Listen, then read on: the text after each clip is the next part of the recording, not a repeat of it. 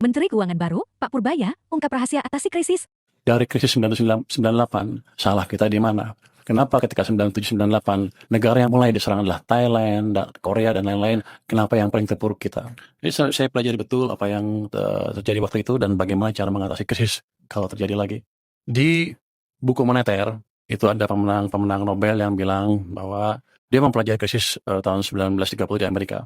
Dia bilang waktu itu krisis, mereka debat bunga di nolin kok masih krisis. Rupanya pada waktu itu walaupun suku bunga rendah, nol, tapi uang, vitamin yang di sistem perekonomian itu negatif. Jadi ekonominya dicekek. Itu sebetulnya yang melandasi teori utama kebijakan moneter. Jadi kalau Anda mau lihat kebijakan moneter, ketat atau longgar, jangan hanya dilihat dari suku bunga. Dia bilang begitu, lihat laju pertumbuhan uang primer, base money.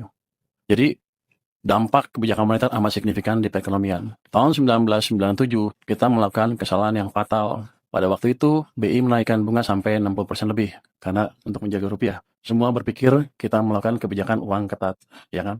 Wah, bunga tinggi pertama ada yang pinjam. Tapi kalau kita lihat di belakangnya, apa yang terjadi? Kita mencetak uang, base money itu tumbuhnya 100%. Jadi kebijakannya kacau balau. Mau apa? Mau ketat atau mau longgar? Kalau kita melakukan kebijakan kacau, yang keluar adalah setan-setannya dari kebijakan itu. Bunga yang tinggi menghancurkan real sektor, uang yang banyak dipakai untuk menyerang nilai tukar rupiah kita. Jadi kita membiayai kehancuran ekonomi kita pada waktu itu tanpa sadar. Tapi emang kita belum pernah mengalami keadaan seperti itu, jadi kita belum tahu nyata seperti apa.